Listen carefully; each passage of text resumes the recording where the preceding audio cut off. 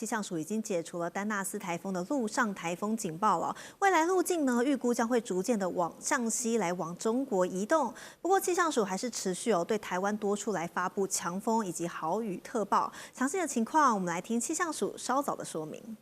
台风丹纳斯，它的台风中心已经来到台北北方大约130公里的海面上，暴风圈已经离开台湾陆地以及大部分的海域，所以目前我们在11点半解除陆上台风警报，而我们现在持续发布海上台风警报，是针对北部海面发布，但也提醒大家，目前台风所在的北部海面还是有4米的浪高，其他各海面有2到3米的浪高。今天这场浪的状况是慢慢的减弱，但是北部海面可能减弱比较慢一些啊，请留意。而且台湾附近在北部海面、东北部海面和马祖还是会有长浪的情形。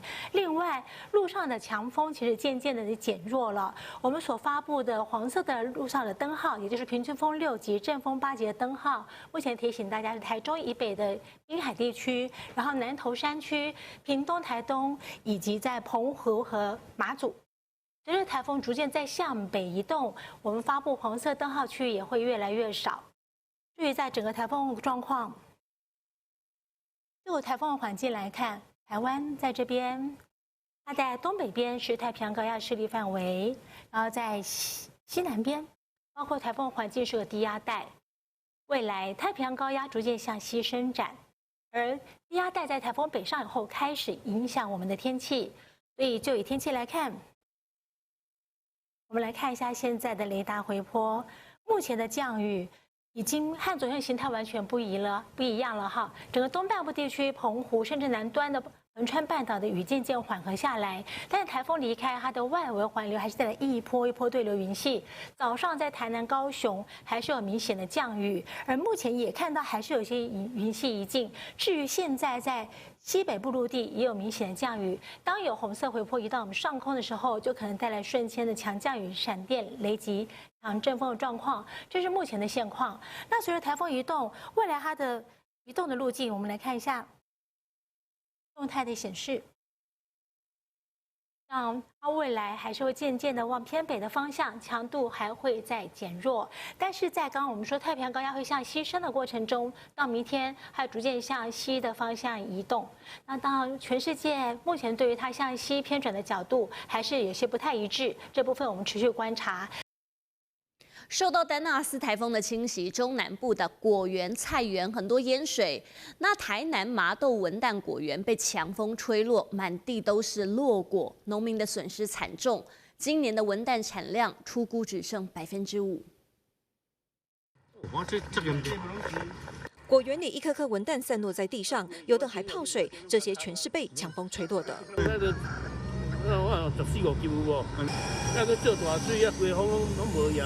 文旦树光秃秃一片，只剩几颗挂在树上。原本再过1个多月就可以采收，但台风肆虐，果农的心血全都泡汤，真的欲哭无泪。我食要70外岁，还蛮拄一个大的啦。应该樱头半脚头有悬的啦，5趴啦，不是算几成，要剩几趴。今年冬初这些文旦无啊，拢无啊。台南麻豆种植文旦面积约800多公顷，是全台最大产地。这次台风造成果园淹水，初估受损超过80%。另外，彰化西湖葱田也传出灾情。一早，农民忙着抽水，因为青葱泡水发黄，要是遇到大太阳曝晒，根部就会开始枯萎。如果再遇到软腐病跟炭疽型卷叶病，恐怕损失更加惨重。太阳很大很刺眼哦，这样子青葱就稍微会受到影响了啦。再过1、2天就更明显了啦，它是慢慢的在腐败的啦。而在福兴乡稻田倒伏，已经结穗的稻米遇上这场台风，但还无法收割，因为稻穗遇水太湿，没人要收购。现在田里太湿啊，现在割了那湿度太高也没钱啊。台风天果菜市场休市，但还是有菜农抢收后跑来摆摊。台之前苦瓜价钱偌济？较好，60了，要注意啊，要细招。提早抢收的苦瓜、丝瓜卖相还不错，但买气冷清，交易量也大幅减少。昨天的交易量是104吨，均价是16块4，今天的交易量是36吨，均价是21块8。受到台风影响，中南部果园、菜园、农田都受损，看天吃饭的农民收成减少，预估1周后菜价可能会上扬，民众的荷包又要缩水。这100年一遇的台风让嘉义市这一回面临严峻的考验。主要干道上的路树被吹倒，挡住了驾驶行进路线，很多用路人呢只好在路上绕来绕去。而且很多人在问说，明明昨天晚上就有强风了，但是一直到今天早上7点半过后才有人来清理，是不是救灾慢半拍？嘉义市长黄敏惠说，因为很少遇到这样风雨交加的情况，已经请国军来协助善后，也会重新检视整座城市的安全和韧性。嘛未过啊，弟弟家嘛我都过啊，所以右转。嘉义市经过1个多小时强阵风肆虐，市区街景满目疮痍，开车在路上就像障碍赛，得小心翼翼，因为到处都是倒下的路树，而且不知道过了一个马路能否继续开下去，只能随机应变调整路线。经过了一夜强风，嘉义市的新民路目前是封闭的，可以看到后面一整排的路树倒塌，而在旁边的世贤路同样也是倒了一整片的路树，只能够维持单向通车。不能过哦，冻掉了。嘉义市是不是路都被树挡到了？基本上都被挡到了。你也是在那边绕来绕去哦。对。眼看家就在附近，其实绕路绕了老半天，也还没找到一条回家的路。整个外面像世界末日一样，真的连救护车要过都没有办法过。这边哈？对，这整个路真的很疯狂啊！夜里刮大风，但一直到上午7点半，才有小山猫开始陆续处理倒塌的路树和掉落物。民众虽能体谅，但生活上确实受到影响。有的还佫冻咧，还袂当咧，爱什行啊路啊？车较紧的，你连手无搞，除你讲叫国新路来到人。我们从来没有遇过有这么强烈的一个这样的风雨交加的一个状况。东区、西区要求加50位，提出大约500人，但是因为中央现在也在调度中。100年一遇的台风从嘉义县登陆，让过往很少有大台风经验的嘉义市面临严峻考验。如何尽快恢复市容，以及加强未来防灾准备，市府势必要上紧发条。桃园今天的台风假没有统一，只有4区停班停课，因此出现了不少乱象。桃园中坜区没有台风假可放，但是走没几步路过到对面的马路就是大园区。今天是不用上班上课的，因此店家铁门紧闭。周一台风天，桃园风雨阵阵，市府却只宣布芦竹、大园、观音以及新屋、临海4区放台风假，其他地区照常上班上课。中坜与大园交界的这间幼儿园，因为划分在中坜区，没得放假。也是第一次遇到桃园是那个还要分什么区，然后才有停班停课，可能隔一线，然后爸爸妈妈就会非常的难做事情。不止家长得冒雨送小孩上学，不少老师因为住在大园区无法到班，校方还得紧急求救，寻找代课老师。如果今天人手不足的情况下呢，他能确保幼儿是否就是非常的安全呢？桃园台风假没统一，位在龟山区的南美国小虽然紧邻芦竹区，但是没有停班停课，校门口敞开。不过呢，校方基于安全考量，今天是自主暂停学生活动1天。部分学生还有暑期课程进行中，但学校就在交界处，该不该上课，家长不飒飒，白跑一趟，抱怨声连连。交界区我怎么知道今天到底要不要上课？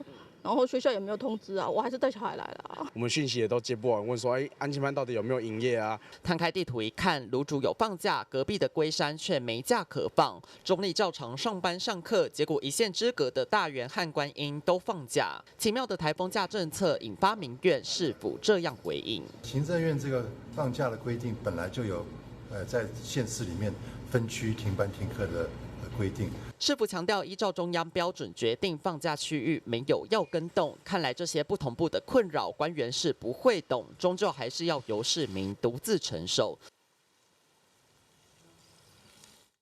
昨天晚间，北基桃宣布今天正常上班上课之后，4个县市首长们的脸书连夜被洗，大罢免、大成功，相当的凄惨。结果今天一早呢，风向开始转变了，很多要上班的通勤族，还有要上课的学生说，一路上根本没下雨，这不放假很合理。地方首长方对台风假直接被当神，但只要错一次就会被骂到连当人都难。7月7号，北北基桃宣布不放假，这决策你觉得是对还是错？北车星光3月附近绕一下，这是一早10点的画面。突然有风有雨，有人的雨伞被吹翻，有骑士放弃，连雨衣都不穿。这样的天气是否会影响多数人上班上课，需要到放台风假？听听他们怎么说。昨天其实无风无雨，觉得也蛮合理的。我想说，应该风会很大，就还好没有下雨，心情有平复了一点点。原本昨天很生气，没有放台风假。事实上，前一天北北基桃市县市首长们被骂翻，网友狂喜。过去一放假就被说好帅的蒋市长，建议明年骑车上班，当人民没面包吃，何不使蛋糕？受不了这结果，已经躺在地上半小时，给你10点重来的机会哦。最后大罢免大成功，大罢免大成功，大罢免大成功。到早上快8点，还有网友洗，你现在给我出门，风多可怕！我跟女儿生死关头，你还在睡。结果8点后，风向又变了，没风没雨，怎么没有人说抱歉？一刀两面啊，放也被骂，不放也被骂，所以就觉得 OK， 我们就平常心看待，其实一切人平安就好。民众的这个受访，不晓得听在地方首长们的心里，是否非常的有感？人民生命安全绝对不是政治筹码，我们一切的决定是以专业的判断为准。放不放假考验地方首长的防灾政治学，但确实假多放会被骂，假少放被骂爆。今天不放假，大罢免，不晓得会怎样。请订阅、按赞、分享寰宇新闻 YouTube 频道，并且开启小铃铛，及时掌握全球时事与最新趋势。